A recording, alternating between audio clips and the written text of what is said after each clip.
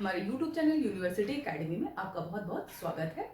Software engineering subject की lecture series में आज जिस टॉपिक की हम बात करेंगे वो है सॉफ्टवेयर क्राइसिस। सो इस वीडियो में हम डिस्कस करेंगे व्हाट इज सॉफ्टवेयर क्राइसिस, उसके बाद डिस्कस करेंगे what are the various reasons of software crisis and इसके बाद various solutions to the software crisis. So software crisis की अगर हम बात करें ये आज का ऐसा कोई टर्म नहीं है कि ऐसी कोई प्रॉब्लम आज के सिनेरियो में राइज हुई है इसलिए हम इस टर्म को डिस्कस कर रहे हैं। जनरली अगर इसके इवोल्यूशन की बात करें सॉफ्टवेयर डेवलपमेंट के तो उस समय 1965 से लेके 1985 का जो पीरियड था, this period is known as the software crisis period. अब क्वेश्चन ये होता है कि इस पीरियड को सॉफ्टवेयर क्राइसिस पीरियड क्यों कहा जाता है।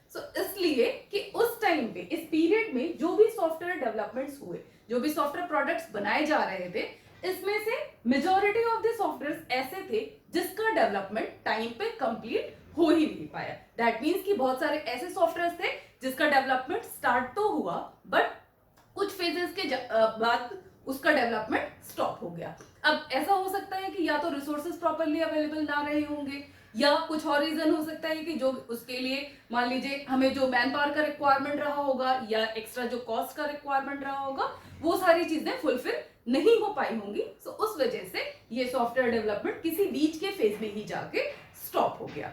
सो क्राइसिस ये जो टर्म है सॉफ्टवेयर क्राइसिस, इसको अगर डिफाइन कराया जाए तो इसको इस तरीके से डिफाइन कर सकते हैं, inability to develop desired software products due to certain reasons. So this term software crisis generally it identifies various reasons जिसकी वजह से उस टाइम पे वो प्रोजेक्ट्स जो बनाए जा रहे थे, जो सॉफ्टवेयर डेवलपमेंट था वो टाइम पे कंप्लीट ही नहीं हो पाया। ठीक है, so this is known as the software crisis. अब उसके अगर वेरियस रीजन की बात करें कि क्या रीजंस हो सकते हैं, किस वजह से ये जो सॉफ्टवेयर का डेवलपमेंट बीच में ही रुक गया या क्या वजह थी कि जिसकी वजह से ये डेवलपमेंट एंड तक नहीं पहुंच पाए। So these are the various reasons जिसको मैंने यहाँ पे मेंशन किया है।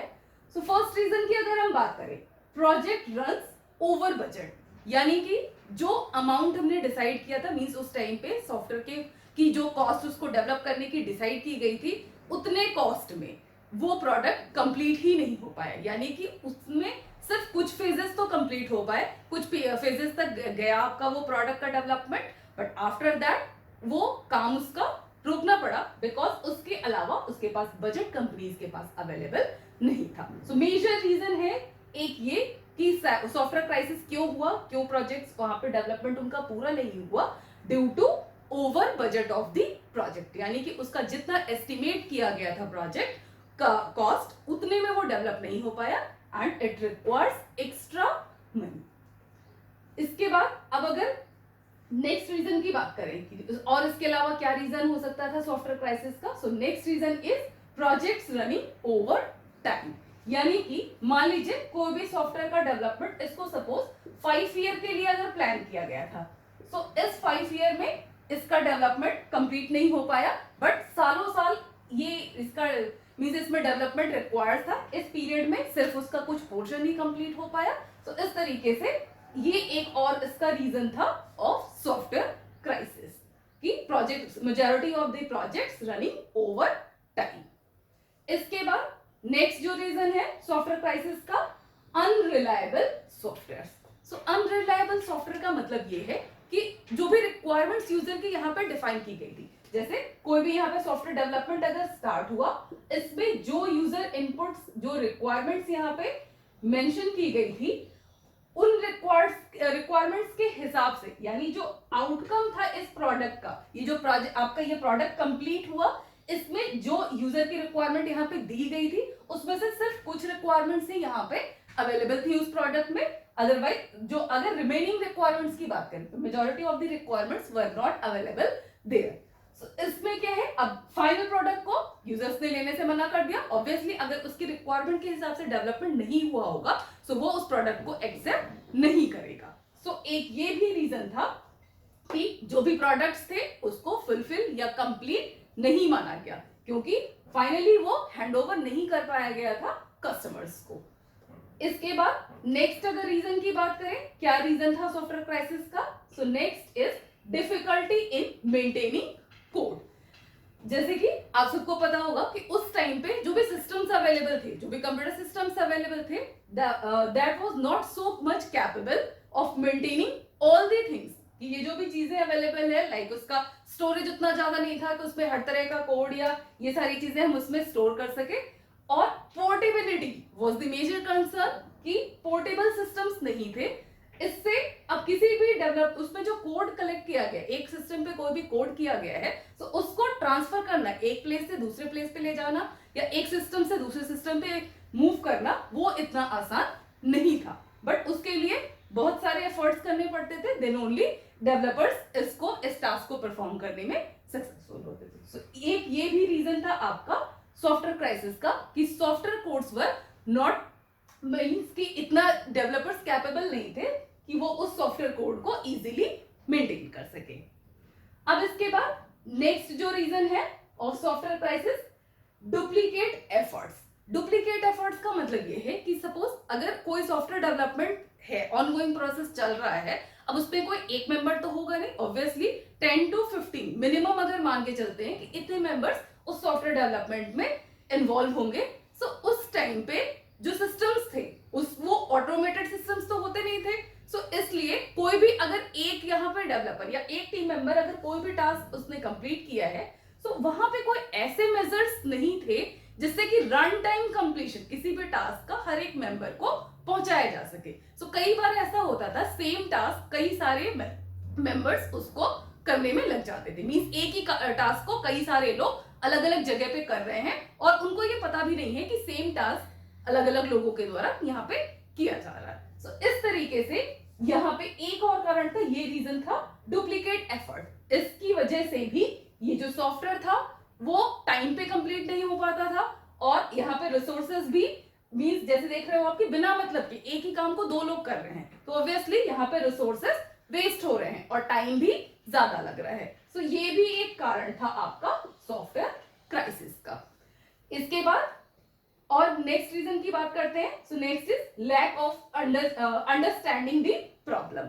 Lack of understanding the problem का मतलब ये कि यहाँ पे प्रॉब्लम क्या है। सपोज कोई भी अगर सॉफ्टवेयर बनाना है तो सबसे पहली चीज वहां पे हम क्या करते थे, फर्स्ट टास्क ये होता था कि यूजर के रिक्वायरमेंट को गैदर करना और उसको प्रॉपरली एनालाइज करना। सो यहाँ पे मान लीजिए अगर 10 to 20 रिक्वायरमेंट्स है यूजर की, तो उसमें क्या है, उन सारे कस्टमर के रिक्वायरमेंट को गैदर करना, उसको एनालाइज करना, उसको मेंटेन करना, ये सारा चीज बहुत आसान नहीं था। मींस कि उतने सारे डॉक्यूमेंटेशन उस टाइम पे अवेलेबल नहीं थे। इन सब के लिए क्या होगा, अगर जितनी तरह की रिक्वायरमेंट है उतने टाइप का डॉक्यूमेंटेशन प्रिपेयर करना पड़ेगा और उसको देन एनालाइज करके एग्जैक्ट क्या रिक्वायरमेंट्स है उसको आइडेंटिफाई करना पड़ेगा। सो इस तरीके से ये प्रॉपर अंडरस्टैंडिंग यहाँ पे टीम मेंबर्स के बीच में अवेलेबल नहीं थी। ये भी एक so lack of understanding the problem, it is also a reason of software crisis. So अब इन सारे रीजंस के बाद अगर हम इसके सॉल्यूशंस की बात करें कि what can be the possible solutions of software crisis, so यहाँ पे मैंने डिफरेंट सॉल्यूशंस मेंशन किए हुए हैं, इसको अब हम वन बाय वन डिस्कस करेंगे। So first solution is reduction in software budget.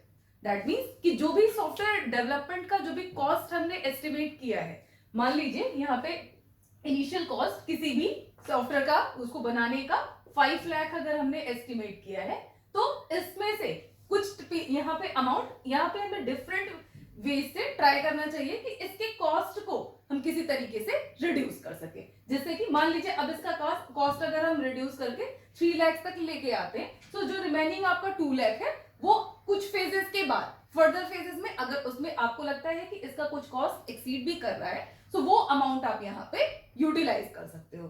सो इस तरीके से एक पॉसिबल इसका सॉल्यूशन है कि सॉफ्टवेयर बजट को किसी भी तरीके से अगर मिनिमाइज किया जाए, तो वो सॉफ्टवेयर प्राइसेस को यहाँ पे रिमूव करेगा, उसकी पॉसिबिलिटी को कम करेगा।